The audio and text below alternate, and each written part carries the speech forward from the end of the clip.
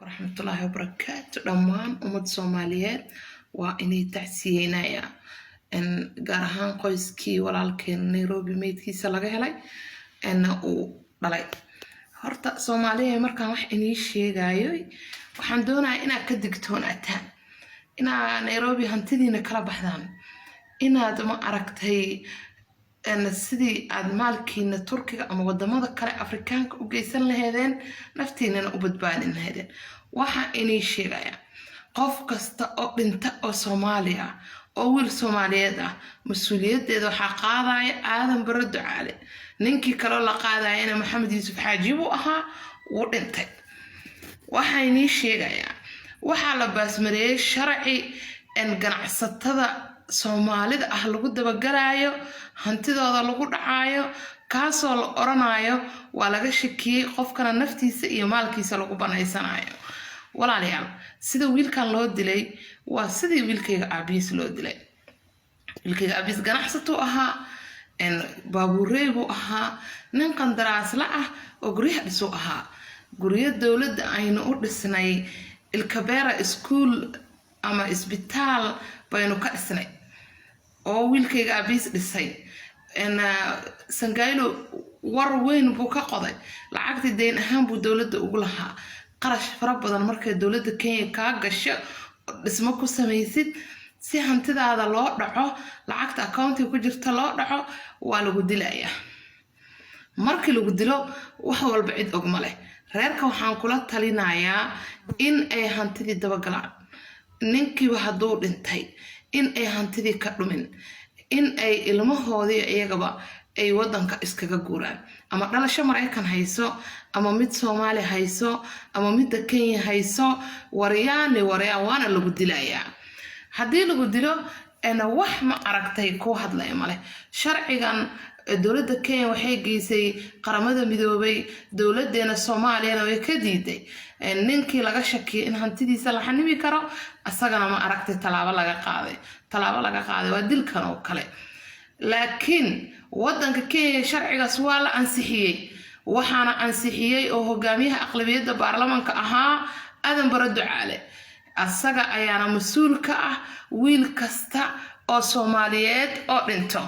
Soomaaliyay dhamaan wiilashii gobolka Waqooyi Bari ka shaqeyn jirtay way dhinteen kuwii Kenya ka shaqeyn jiray ganacsatada ahaa way dhinteen ilaa hadda sababay u dhinteen wax garanaya ma jiro adinka ayaaba meydkii helay reerkano waxa inay sheegayaan reer kasta oo Soomaaliyeed waan ka xanuunsanayaa inuu sidan oo kale u ooyo oo ay ku dhacdo sida reerkan ku dhacday ama sida aniga iyo wiilkaygan ugu dhacday oo kale walaal ninkii meydkiisa helay waaba alxamdulillah oo dugtay qaar baa meydkooda la helin oo loo tuuray dugaaga qaarna wabiyada socdaa lagu riday intay goor tahay Nairobi iskama lihid Muqdisho iska leedahay ama Muqdisho u sooran ama wadamada kale oo xuquuqul aadanaha ka jiro oo naftaada iyo maalkaaga lagu nabadgelinayo walaal hantidaada la'aad adigoo Soomaaliya ha ku gam in Nairobi wallahi billahi tallahi waxaad ku jirtaa listiga hada maanta saas lagu yeelin bari ama bari dambaa lagu yeelaya ilma adeerayaal Kenya hantideeni baan geynay aqligeeni maskaxdeeni baan geynay wadan walaalaheena ahayd ayada walaalnimadii waa garan weyday waxa la shaqaaleeyay oo ciidan laga dhigay mungikii dadka dhici jirtad ogeydeen waxa dadka saan u galay waa mungiki waxana laga dhigay askar waxa loogu talagalay in ay ayaga ka raystaan dadkoodii madowga ahaa oo dhici jirtay oo dili jirtay waa inta Uhuru Kenyatta iyo Ruto ay madaxda noqdeen